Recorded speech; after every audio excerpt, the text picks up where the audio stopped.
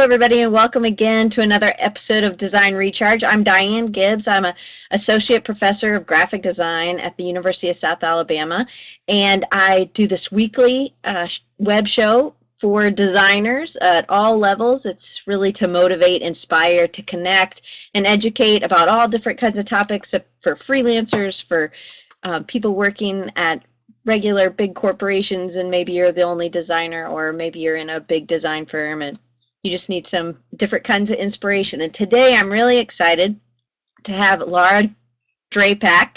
I always want to make sure I'm saying everybody's name right.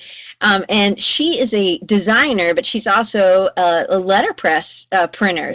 And a printmaker. She's done, actually has her master's in printmaking, and she is really combines these two things. And I know a lot of designers really enjoy printmaking, but they really feel like it's like on the other side, or they don't really know how to combine them. And so Laura's going to give us a little bit of insight into how to do that. So happy New Year to everybody. If you're new and you haven't joined us before, and we're here, and we're here every Wednesday, and we try to do it at 2:30 Eastern time. So if you would like to get our email list, you can get it, and there you can sign up right there. It's at the top of the page. It's at any page on designrecharge.org. So Laura, take it away. Tell us a little bit about you and how you a little bit of your background.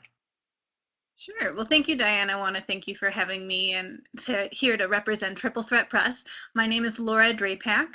I am a designer and printmaker, and I'm half of Triple Threat Press, which is the company that I'm a partner in down in Denton, Texas. We do letterpress, graphic design, and web design.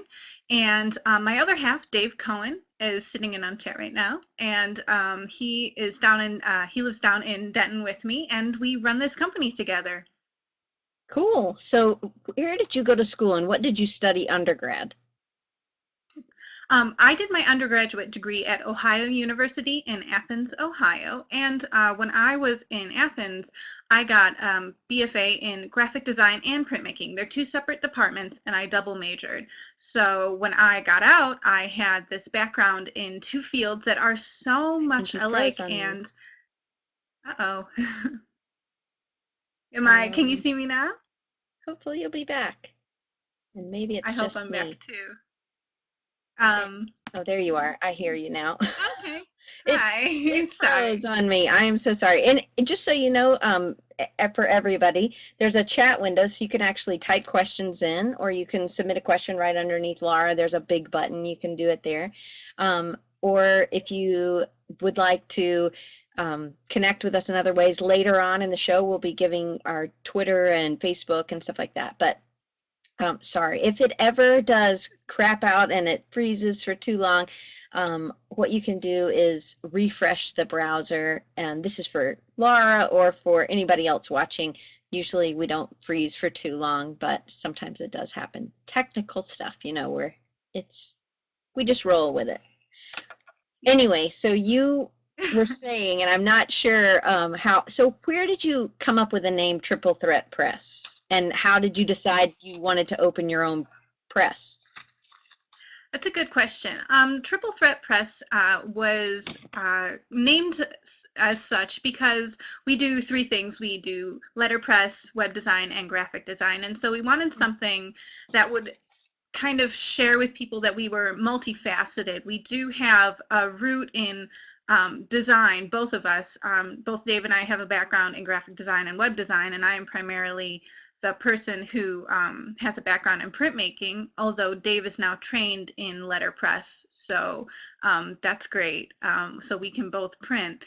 And I think that the main reason that we started getting into this letterpress was because when I finished up my MFA in printmaking, I was looking for a way to continue my practice of printing at home because, as anyone in academia can tell you, research is so important. And for academics in the art field, research is creating work. So it was just so important that I kept making work because if I was going to get a teaching job, I had to show that I didn't just stop making art after graduate school. It just so happened that we came across a letterpress in Sanger, Texas, on Craigslist, very randomly. It was just all of a sudden it was posted, and I jumped on it one morning, and we picked it up that same day, and it kind of became both my fine art printmaking tool for my own personal research and the foundation for our business, all in 24 hours. So that's pretty much how we got started. It was a lot of talking before that, but until that press came into our life in Texas, there was actually just up in the air plans to start a business. So is this the press of how you got it? That is the press when it arrived. It was covered in rust. It moved, but barely. And to be honest, it was so dangerous to move it with that amount of rust on it. We pretty much immediately started taking it apart and removing and deoxidizing the rust on the press. It was a fun project for me. I think personally, I had to do a little bit of convincing for my partner, of my partner Dave, because I had done this before. And even though he was super enthusiastic about doing it, it's a really daunting task. Taking apart a machine that is older than your parents, it is really scary. And so my background in letterpress really didn't start until I was in grad school, when I personally helped restore 4 letterpresses at the University of North Texas with a few graduate students and a professor of mine. And so like I said, I was comfortable with this. And though Dave was willing, a volunteer and a helper, and he was very enthusiastic about it, you can always tell with this amount of money invested and the history behind the machine, it is really daunting. So when you were looking and you found it on eBay, is that what you said? We found it on Oh, Craigslist, yeah. Craigslist. So Hmm. did you, with the condition it was in, because I'm sure some people maybe down there would like to do the exact same thing you're doing, is get one and then refurbish it. What were you looking for on Craig? Just anything you were looking for? Maybe something that had all its parts, or did you have to buy new parts, or? Right, that's a great question, because um, if you've never done letterpress before, or you've got an interest and you've seen letterpresses but you don't quite know how they work, it's very easy to get yourself into a situation where you spend a lot of money and it ends up just being a really difficult task because you don't have the background. And what we were primarily looking for was a press that was most of the way put together. Or we were looking for a printing press that is more common that we could replace parts on. Um, and so when we came across this press, it was actually nearly complete. There were a few springs that had to be added on to help our inking disc on the top, which is that flat plate. Mhm. Um, they had to be replaced because they had broken over time, but nearly all the parts were available and working, so we were incredibly lucky. Most of our restoration process was removing the rust and taking apart the press to thoroughly clean it and be sure that there were no more broken parts that we couldn't see. It's a fairly simple machine, the press that we have, and there are much more complicated presses out there, especially if you're looking for presses that can print large scale. So to be honest, our very first press restoration as triple threat press was probably one that went much easier than other people may experience in their first pressed restoration. And so this that we're looking at, this image, and you can actually click on it Hmm. and move it over to the chat or wherever in your window. If you have a really big monitor, you can move it over and see everything. But um, this obviously is the springs or screws that you're tightening. And then is this as it's closed, or is this completely Yes, open? that's a great question. This is the press when you're looking at it from its side. This is where the lever is depressed that the pressman would push down to make an impression, and what we call the platen and where the matrix is held are pushed together. So this is the position that the press is in when it is making the actual impression. So And some those people, springs.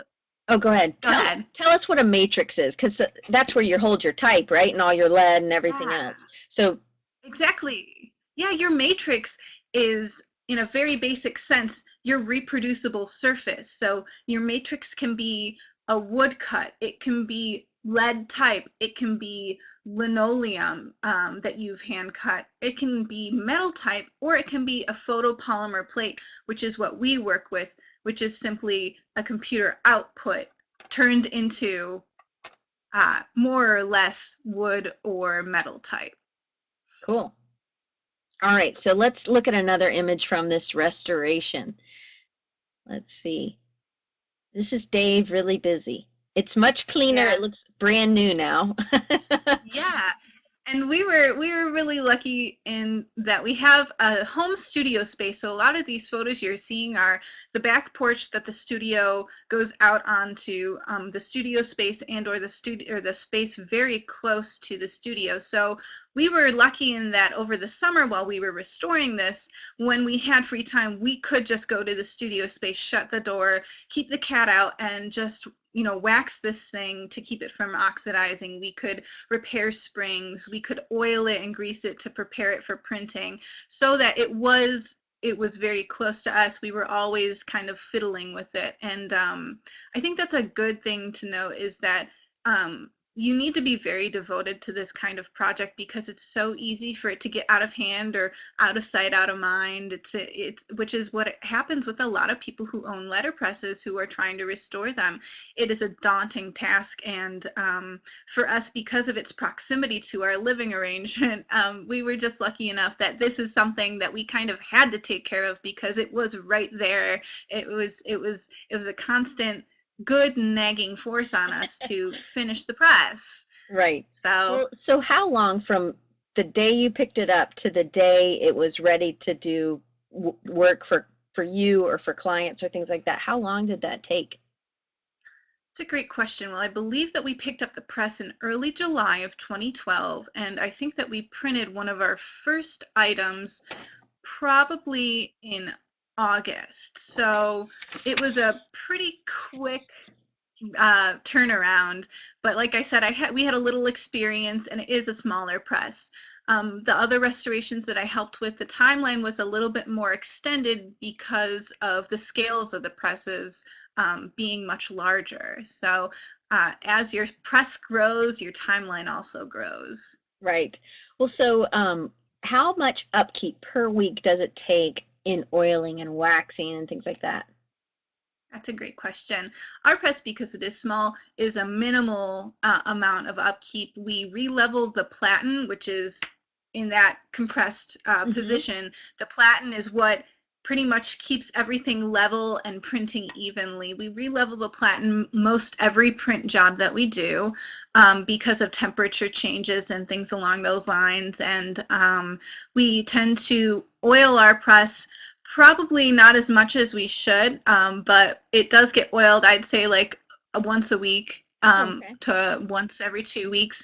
And when we notice an oxidization, we do try to wax it. And most of our areas that we're seeing oxidization are in the areas that we have to touch a lot. So we're Mm. seeing oxidization on that handle right there, which is most frequently touched. We see oxidization on what holds our matrix, which is like a picture frame. It's called Hmm. the chase. And so those are the areas that we see most of our oxidization, but our plan is pretty much once every 3 or 4 months, when we have the time to re-wax the entire thing as a duo. And so we just recently re-waxed most every surface of it. So it's good for a little while, but it just depends on how frequently you use it as well. I do know friends of mine who have letterpresses. They re-oil every job, and that's probably much more responsible. um, and they are truly the experts on press maintenance, and we're getting there. Definitely, it's different for every press, but we it's a small task, and if you keep on top of it, it's really not too cumbersome. But like the time frame, the larger the press, the longer the maintenance takes. So Right. Right. So I have a question just because I don't know. Because I have worked with letterpress, Yeah, but mine was like a flatbed where you put the stuff in, and right. um, Yeah, it you wasn't. worked with a cylinder press. Yeah. So Mhm, this has this big round thing. What is that? mhm. That's really, I think people love this part of the press. They think it's so cool because it pivots. That round plate right there is our inking plate. And what that part does is you put a little bit of ink, just dab it around, and when you pull that lever, it actually rotates the inking plate so that as rollers roll over that, it evenly distributes the ink across the rollers instead of having to manually ink up with a hand brayer or something along those lines. Some people also on their larger presses have the luxury of a self-inking press, and they don't really have to worry about too much inking. This is not a self-inking press. This is a very basic press in which you do manually ink, but your ink always first goes on that large disc at the top, the inking disc, and then will be distributed by the rollers over the design that is locked up into the letterpress. That's cool. Yeah, I always had to hand brayer it. So you always got, Yeah. the ink, you would have thicker places than and thinner, and so this helps with, I guess, the thickness and stuff like that. So Yeah, more even ink distribution, definitely. Which is honestly, I find one of the best parts about letterpress is the nuances that it holds and the special things that it can do, but also the special things and designs that it can't do.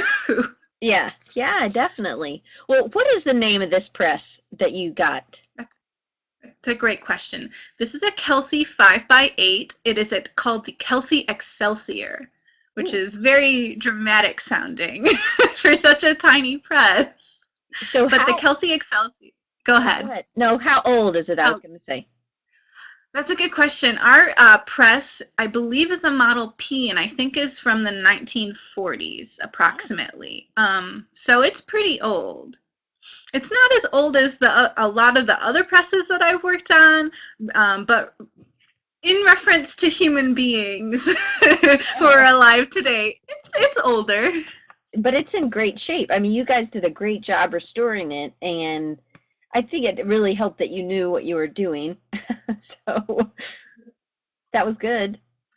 Thanks. Does humidity have anything to do with how well? So in Texas, humidity's Yes. kind of high. Humidity is all over the place in Texas. Uh, If you've never been to Texas, when people say it's like its own country, um, I didn't realize how true that was until I moved to Texas. The humidity in Texas depends, of course, upon what areas of water are near you. And because we're in North Texas, we have some very small lakes, a very small lake system, many of which are man-made, but we do have several naturally fed lakes. And the humidity is not too high. I always find that I have pretty good hair days, and that's rare in a city where I'm from, like Cleveland, where the humidity is high most of the year. And so the humidity does affect a lot of things, especially the ink distribution hmm, from the rollers onto your matrix. Your rollers will swell and shrink with the humidity in the area and the temperature, and metal is also affected by temperature. So you'll find that a lot of presses with larger budgets than ours actually have more than one set of rollers for different climates. And so they can accommodate for the amount of humidity in that they know when it's humid, they can use these harder or softer brayers or rollers and it will print better. And when it's less humid, they'll use the other pair of rollers. cool. So you have kind of a interesting, just real quick. You used to work for Apple, which I thought was really cool. Yeah, So, I did. so what was that? Was right out of undergrad, I guess. Hmm. You worked for Apple, and then you knew you wanted to go back and get an MFA in Yeah. printmaking. And so you just worked for Apple for a short amount of time. Hmm. Yeah, I was out for 1 year. And when I left undergrad, I I was kind of hitting my stride then. I kind of felt like I was really starting to understand not only printmaking, but where I fit into printmaking, how the work that I was making was going to become um, my future, my career. And so when I left undergrad, I had hoped to go directly into grad school, but to be honest, hindsight's 2020. I'm so glad I had a year off. I learned so much through Apple. I can definitely say that they set me up not only financially for a bright future, but they had put me in a position that taught me a lot more about computers than I already knew. Not that I was foreign to computers, I've always been a very computer savvy person, and I'm not afraid to say it. And I kind of also felt that I gained a lot of people skills. I was in the position of creative at Apple, and the creatives teach the customers how to use the software on their computers, which requires a lot of patience. And I feel like if I hadn't worked at Apple, I probably would not be as patient of a person and teacher as I am now.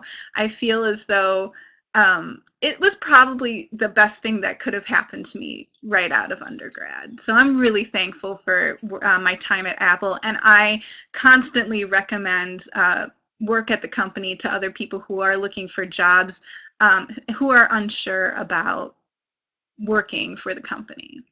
I agree. I think it's a good for anybody, especially people who just want to go straight out on their own. It teaches you about what kind of boss you want to be and what kind of company Yeah. you want to have, you want to work for. If you have no kind of uh, even just a year, I think you get a lot into what you want. And I think that's good. Drew, MK, good to see you guys. Glad you guys could make it, and happy New Year to you too, Drew.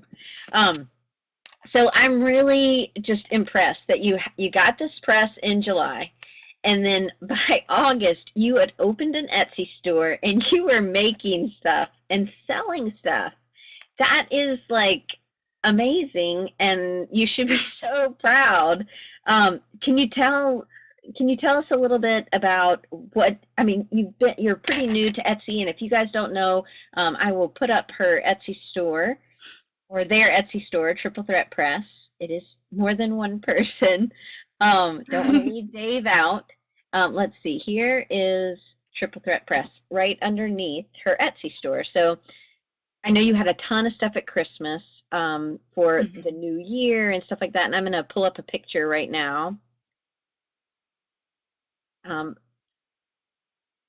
Dave looking really excited. Yeah. He really loved doing it. I just caught him at an off moment, and it was such a hectic event that I'm sad to say we didn't really get too many other photos of our booth. This is us participating in what was once called Etsy Denton and now is called Dime. It's the Denton Independent Makers Mm, Exchange, I believe. hmm. And we put together events, and we have Etsyans from all over Denton and the surrounding cities get together, and we draw huge crowds for these small seasonal festivals of art and craft. And this is the first event that we participated in, and this was in October, I believe, the very first week of October, and we were printing live. That's why you see our little press over there to the right, who is named Pretty Girl, because even though she's refurbished, she's still a little bit ugly.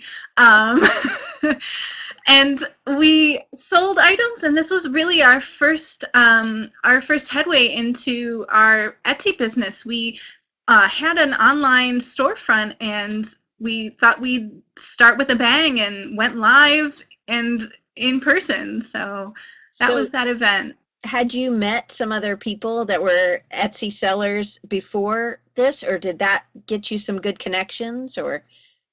That's a great question. We do know a couple people who are part of the Etsy Denton.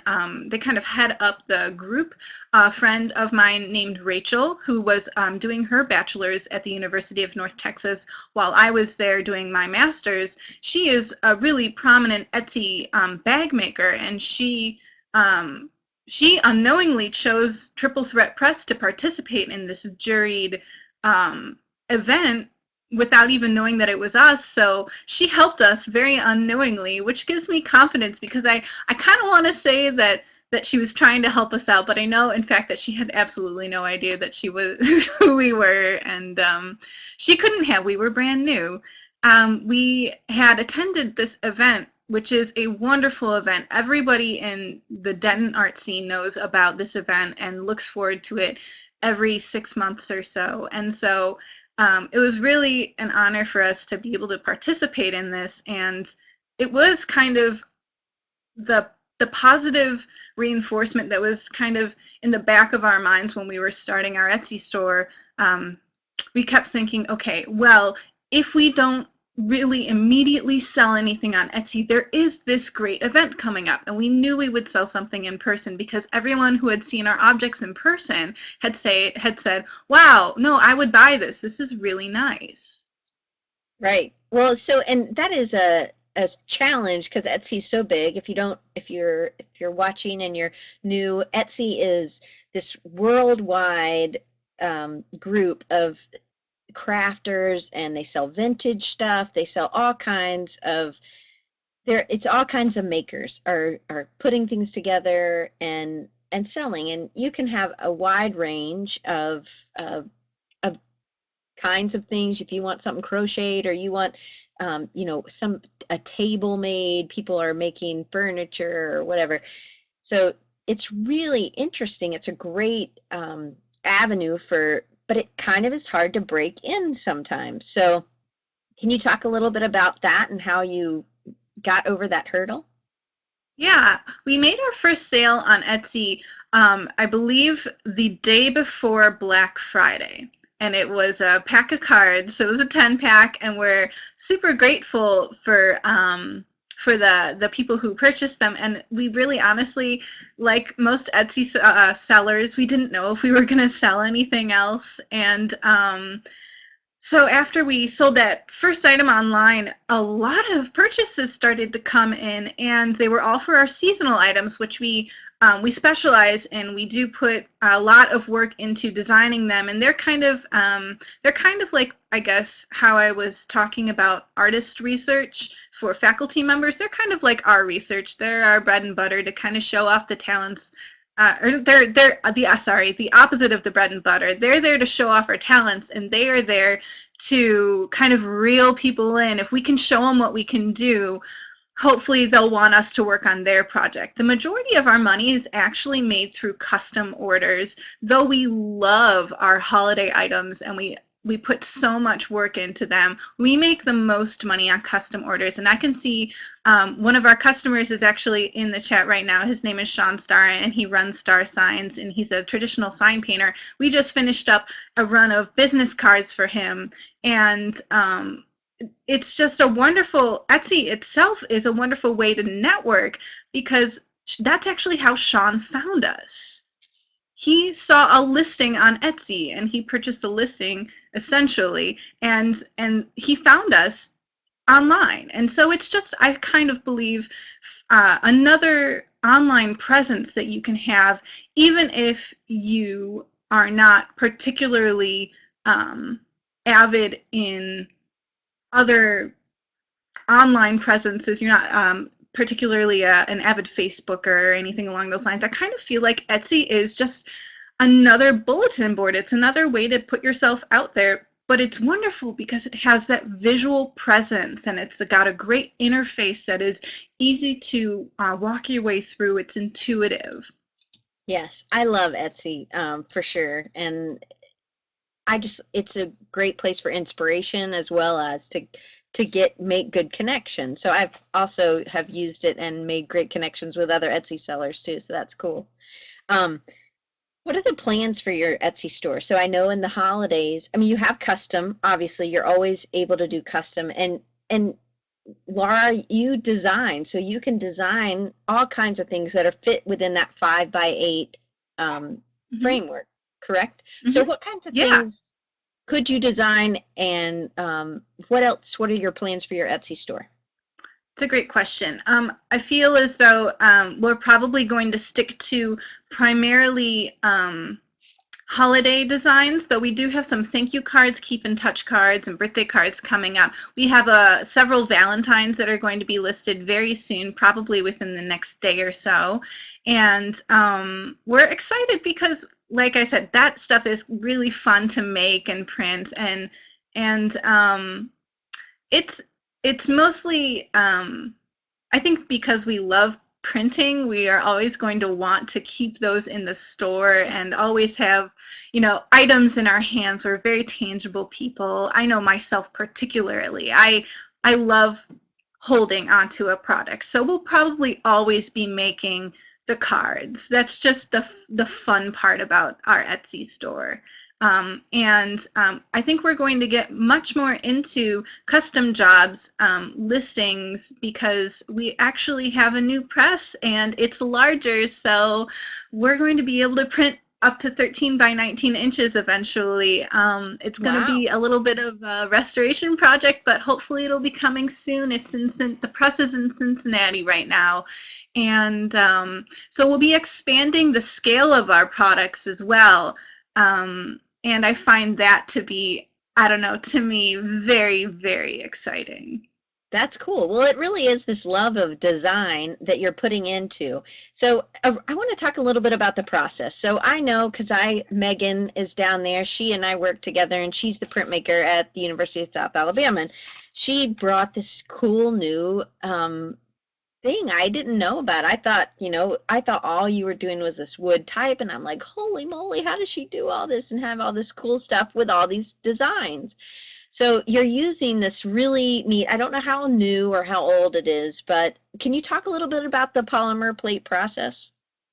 Yeah, what you can see now up on the screen is the photopolymer plate, and the process begins in the computer or in a sketchbook. And what you do is you essentially design or draw what you're looking to create, and you put it into the computer, and you make it strictly black and white. So once that's done, you can take this design and you can send it to someone who has a plate maker. And there are a lot of people all over the world who own these. They're kind of expensive, but they're really worth it. We personally order our plates through Boxcar Press. It's in New York.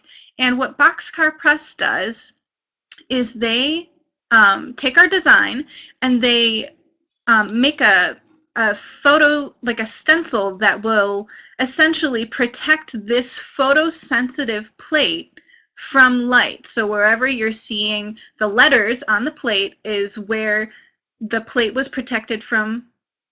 Sorry, I apologize. In the reverse, wherever you see the letters is where the plate was not protected from light, and the light hardens this yellow plastic. And so when you wash away the plate with water, which is great. You wash the plate with water, and wherever your plate wasn't protected that hardened, you'll get your letters or your high parts. And those yellow parts in that image are the highs. They're what I tell my students to call the hills or the plateaus. And your valleys are that light blue area. That is what will not print. What's cool about this process is you can pretty much design anything on the computer, and as long as it is strictly black or strictly white, your image can be created as a photopolymer plate that you can print in a printing press, barring any size restrictions. Our plates are much smaller than a lot of other people's plates because we do have a small press, but it's nice to be able to translate your original idea straight into a product as opposed to having to have this original idea, work with the resources that you have, like metal or wood type, to kind of make a hodgepodge of something that resembles your original idea. This gives you your original idea. Right. And the coolest part about this wasn't even originally made to be a tool for printmakers. It was actually made to create circuit boards. Oh, wow. Yeah, so printmakers are pretty well known for taking things from other people's professions and using them to work for their own. And this is just one more example That's of that. cool. That's cool. So how long's the process? If you send a digital file, I guess a PDF, or do you have to send EPS or? You can send a PDF, an EPS, an Adobe Illustrator file, a bitmapped image. Pretty Mm-hmm. much any of those will work, and you send them off to the company, and you just have to accommodate for their needs in in your file structure, which is they're very minimal needs. Um, and we can order a plate and receive it without rush delivery in a week. If we order it on Monday, it should get there the next Monday. Oh, that's cool. Sometimes sooner, yeah. So then I have a question. If you're printing business cards, say, and you're going to get as many, business cards up on a 5x8. Now you have a bigger. Mhm. So you'll print multiples, and then do you have a guillotine? Or you're not hand cutting these But suckers, are you? we have to hand cut, and we are actually restoring a guillotine now. It is a mess. It's so rusted, but it's going to be beautiful in the end. We are working on a guillotine so that we can have 3 or 4 cards locked up into our chase. We can have 3 or 4 matrices, but right now, because it's just not practical, we print one at a time. We have one image locked up into our chase, one matrix, and we put one card in, pull the press down, take the card out, and put a new one in. That's cool, though. But that'll be good that you can do that. What will happen is you'll just end up making the photopolymer will end up having Mm-hmm. 3 up or however many up, will include your bleeds, and then a guillotine is not a paper cutter, just in Right. case um, Buddy's ready to come over. A guillotine is like this big, huge paper thing that you push the paper in, and then there's you 2 buttons usually so that you're not cutting off fingers, and you push it, and then it comes down, and it can cut really big, you know, amounts of paper at a time. So you can usually, some are programmable, but these are things that most printers has. So if you I think most designers all know what a guillotine is, but if there's a student watching, this is not like a paper cutter thing. I don't like those No. things. I do not want my students to use those things because they always You, wind up wonky.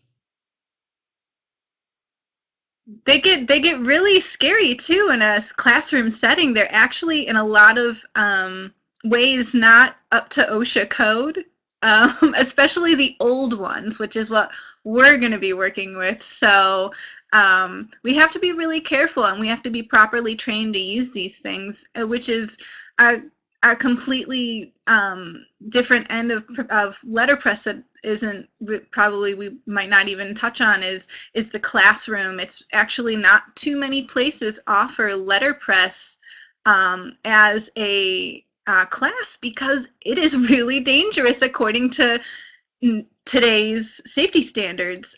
But if you can do it right, it is incredibly easy to be safe. It is incredibly easy to accommodate into your curriculum. So I think that you just have to know about the safety precautions that have to be taken. Very true. So I'm going to bring up this other. So we're not talking about type high right now.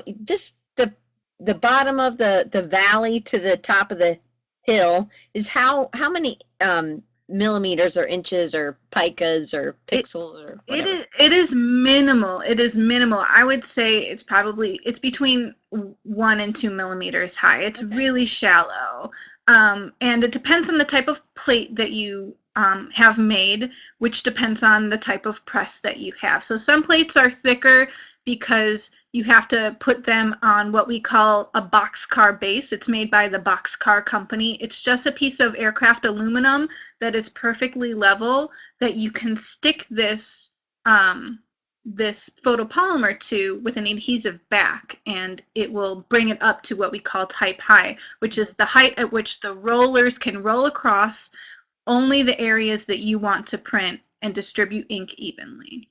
So is it stuck down forever, or can you reuse that piece of aluminum? If you're good, you can peel off that piece of plastic, and you can actually reuse that. I've reused pieces of photopolymer plates 3 or 4 times, and I'm actually pretty good at peeling them and not getting them to bend into this funky V shape. And occasionally you will have to put a new adhesive on the back, and they sell rolls of that, so you can easily put that back on there. But that aircraft aluminum boxcar base is actually meant to be a very permanent part of your studio. You spend a lot of money on it, it's very high quality, and it's meant to last a while. So I think the boxcar base people envision that you probably wouldn't need a new one unless you got a new press or you dropped it. So really, they meant for this one that you get to be used on all your printing projects. So it's really the Yeah, polymer plate that you might have to get a new one of, because that might get ruined because you might have peeled it funny or it just warping with time. exactly. And they are, being plastic, they're products of oils, I guess. And so as they dry out, they do curl and they won't stick as well. They won't print as evenly. So as they dehydrate, I guess they become less and less functional. So you do occasionally need to order more, especially if it's a design that you've used for a long time. So like in printmaking, you have you know, series is, I guess, seri. I don't know how you say that, but do you number your cards, or is this one of 200? Do you have a limited edition that you're doing, or do you just say, hey, we might print some more, we're not numbering these? Right. I'm under the impression, and Dave and I are kind of on the same page, that with a consumer good, it is not typically a limited edition because of the cost. We typically do print larger editions in the hundreds for our cards. And I think that a lot of people, though, as soon as you start getting into artist collaborations and even posters that you might even just be more fine art than consumer good, people do start to number them. We haven't really gotten into that venue yet. It is something that we do want to investigate, particularly with the larger press that we'll be acquiring. But right now, our cards are not numbered or limited edition, mostly because of the amount of money that we put into them being. I'm not going to say it's expensive, but it's not inexpensive. Gotcha. But it's that's pretty much industry standard, I would say. Yeah, very much. So this is it locked up, and this is what you're talking about, hmm your matrices and the chase, correct? Yes, the chase is essentially that picture frame that goes around the piece of aluminum with our design on it.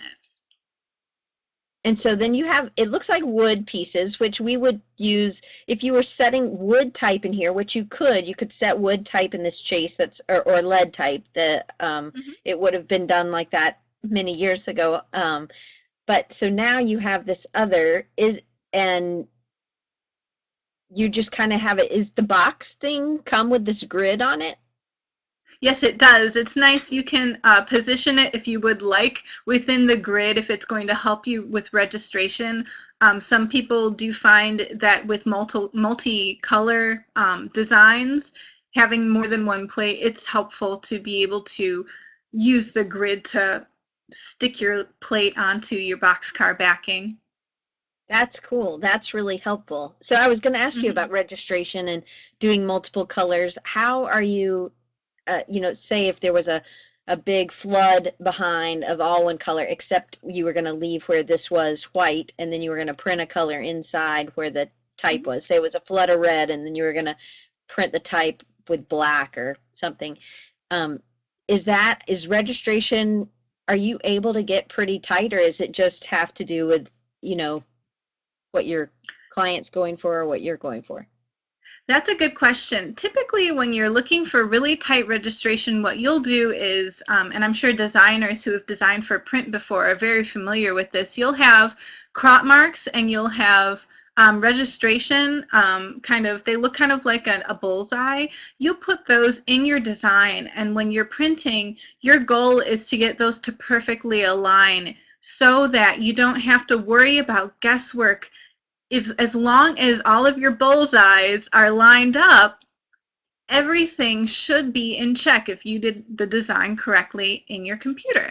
That being said, paper stretches and plates do shrink and stretch depending upon the weather and things like that. So there is a little bit of room for error. However, I think that with experience, it's easy to accommodate for that. You make your type a little bit wider than the area you want to fill so that the red and the black would overlap a slight amount. Or you're comfortable with things being a little off. And to some people, that's what letterpress is about. They like Right. the handmade nature and the small things that happen when you're trying to print more than one color. That makes it unique, that makes it special. But I am a little AR, as Dave can attest, and sometimes I get really, really obsessed with getting it right. And so I'm the kind of person who will proof something 30 times to get it right. So I'm not the kind of person who just lets it go sometimes. And you're able to clip your paper in. So if your paper is the right size, then you're always putting your paper in the same spot. It's not adjusting over. So it's really where you put your polymer and where you've locked in the rest of your stuff. Exactly. So this is a picture, I guess the ink's been inked, right? I mean, the ink's Yeah, on the the block roller. has been. Yeah, the ink is on the roller and it has rolled over the image, over the type, onto that inking disc that's at the top, and then back over the type. And if you push down hard enough after the inking rollers have rolled over your type, your press closes and you make an impression. And that's the basic, is push down the lever all the way, you make an impression. How forceful is it? Is it really hard to push down or is it pretty easy? That's a good question. Depending upon how much pressure you put onto your matrix by adjusting your level of the platen and by adjusting what we call the packing, which is paper that you stuff behind the paper you're printing on, you may have varying degrees of pressure. We find that when we have people printing live on the press, like at the Etsy event, people actually find it's kind of difficult. It's a different kind of strength. Sometimes it's not so much about pressure, but it's about a different type of muscle that you don't find yourself using too often. That being said, it does actually require quite a bit of pressure to make a good solid flat of ink. So you have to have enough pressure that's evenly distributed, and it's like I said, it's a lot of pressure. A long time ago, letterpress printers were known for missing certain fingers on one hand or another because Right. they had stuck their hand in the press and it nipped them off. So it can cut off your finger. It can break your hand. Um, it is a lot of pressure. Sorry, my dog will just No, keep whining. So he will lay your down dog in a is so second. cute. He just lays down in my lap and then you can't see him. So what kind of ink? I guess you're using oil-based ink? Or are We you use a rubber. You can use oil-based, you can use water-based, but we use a rubber-based ink. Rubber-based ink dries a little bit faster, or much like oil-based ink. So we find that that gives us the product that we're really happy with. so do you have a drying rack or how are you drying these as you're making them? Good question. As a small operation in a home studio, we're working our way towards getting a drying rack. But what we do primarily, and we have a lot of friends who run letterpress companies who do this as well with smaller prints. We lay them out on a surface that's covered with newsprint and we tile them, and then we lay another layer of newsprint on top, and they dry pretty well. These are not very saturated with ink. It's a different surface. It's a smooth ink surface, so it's not like those of you who are familiar with intaglio printmaking, where there can be large pools of ink left in areas of the plate that were very deeply bitten with acid. It's a different type of ink. It lays very flat on the surface. So with the rubber-based ink, it actually does dry relatively quickly in those stacks. Okay. But that's cool. So over here in the picture, we can actually see the inking plate is inked now. It's all Mhm. red. So that, and you just have a little glass, just like that's where you're putting your ink out and you're wiping it, and then you put just little dabs on that big round thing, and then it does the rest for you. Cool. Exactly. Yeah. It's a for a small press, it's a small setup. For a big press, it's a big setup. It seems to be a theme if you know, and for some shops that have lots of presses, they will devote whole tables to those special glass slabs, but for us it's very minimal. Well, that's cool. So what do you think is the biggest challenge of starting your own press, and what's the biggest reward as well? That's a wonderful question because I feel like a lot of people need to know this before they get into things. The biggest challenge is that you have to have three things. You have to have time, money, and a commitment to finishing your project. You have to have time because even with a small press, it's a lot of work. And to be honest, if you don't have the time, don't even get into it. Buy a pre-created or pre-refurbished press and just go from there. A lot of people sell presses online for $2,000 for a press that is like our size because they've already put all the hard, dirty work into it. You have to have a commitment to finishing it because we've seen so many presses that are in pieces when people just they couldn't they didn't have enough passion to finish the project, and I don't blame them. It's a very daunting task, but it is necessary. And third, you have to have the money. Like I said, if you are starting a business, you're going to need money anyways. For startups, you need material costs, particularly if you are not doing freelance work. You're going to be working out of your own budget and creating products that you are hoping people are going to buy. You are certainly going to need money, not only for the products that you create, but the expenses that you incur. You have fees on Etsy. If you go and you sell anything at a craft fair and you're using an online register system like the Square card reader system or even PayPal, you have fees there. You have to worry about keeping your lights on in your studio space, whether that's at home or it's in a rented facility off-site. There are so many things that you're going to be paying for that you can't even imagine. So when you get into this kind of thing of either starting a business or restoring a letterpress or just making letterpress art or all three, it's about having the time, the commitment, and the funds. So, So what do you like best? The time, the what do I commitment, like? and the funds? I like the funds. No. I enjoy making money. That being said, this isn't probably something that you're going to get rich at overnight. There are other people out there who are doing this. There are quite a lot of people because this is kind of the in vogue thing to do, which is not demeaning to the process in any way. I think it's very fun, and congratulations, Letterpress, you're back in the spotlight. That's great. I'm very happy about that, but I think that a lot of people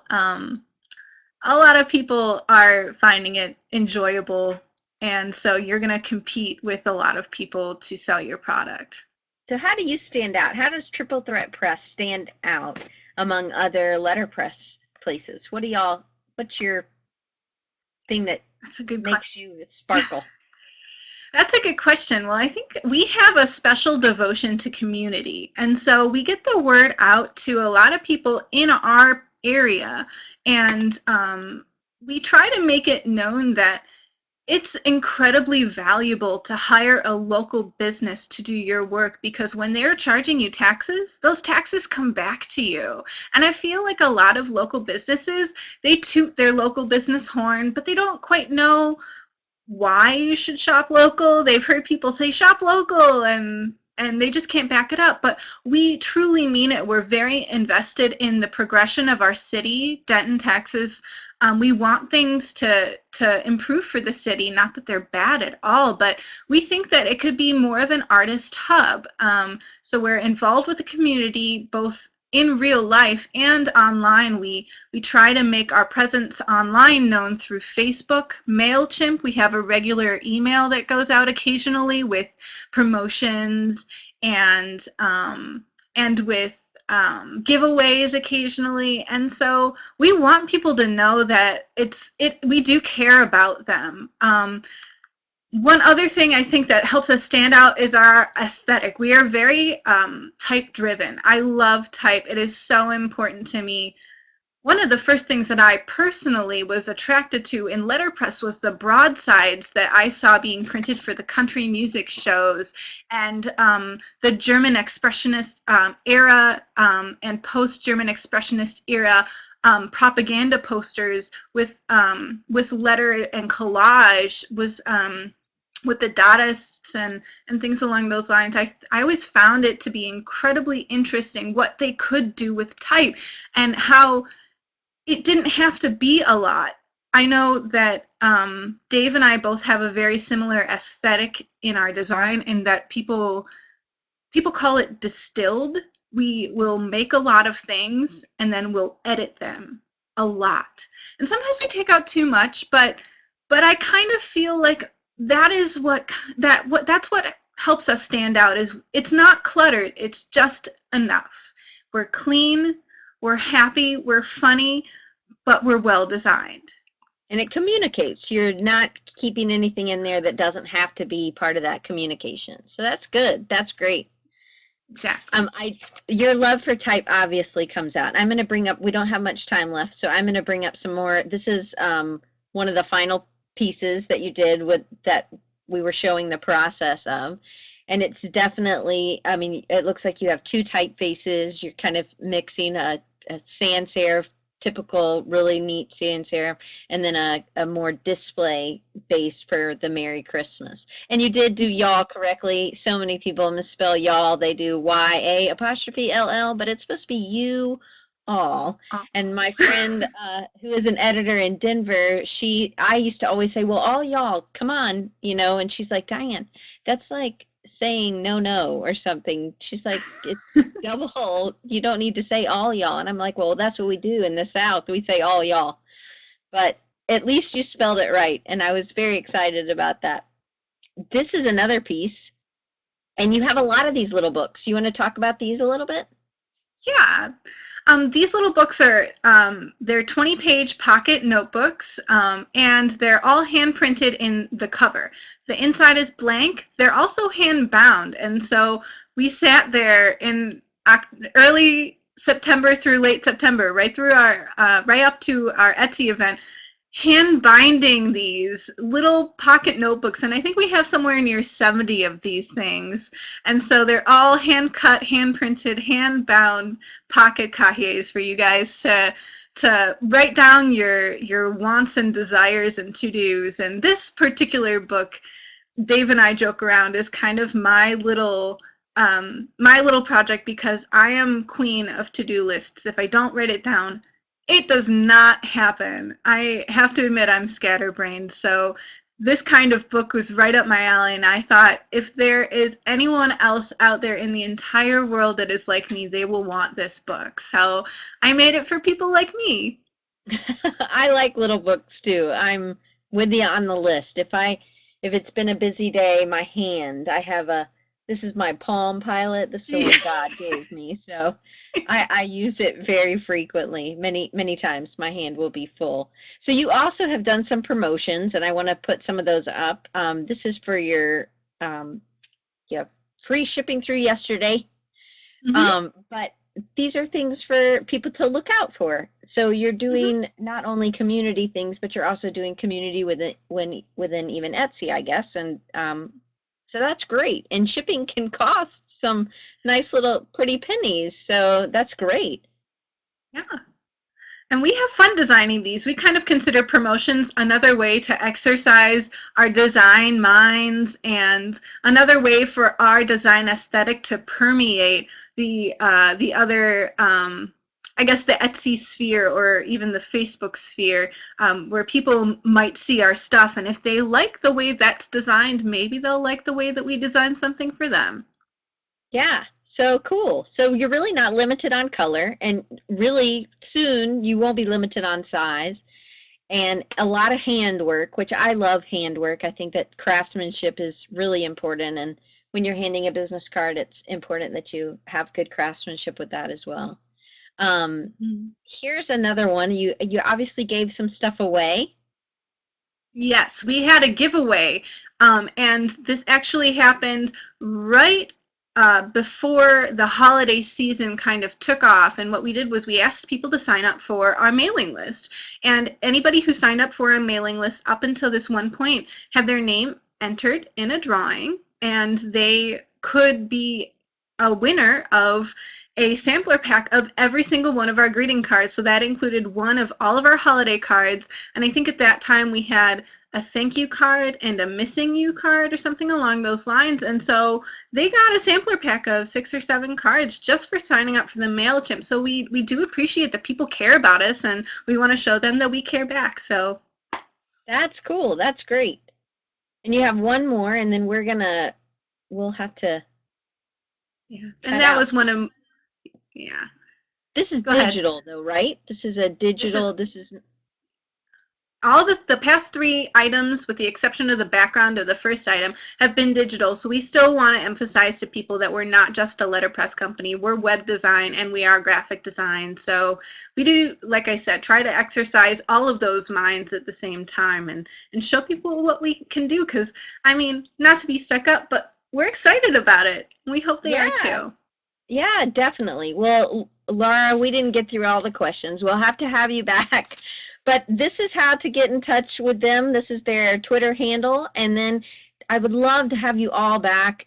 Next week, we have more printmakers. We have people who are actually really not really combining the graphic design so much, but they are graphic designers as well, but they're more, what we're going to be talking about is more printmaking. But I find a ton of um, inspiration from the way people can draw and use just a different medium. And I think designers need to get out of the computer sometimes and get into paper or doing something. And if you're cutting into wood or whatever it may be. So that'll be next week. And so this is designrecharge.org. You can sign up for our newsletter. It's once a week. We don't spam you.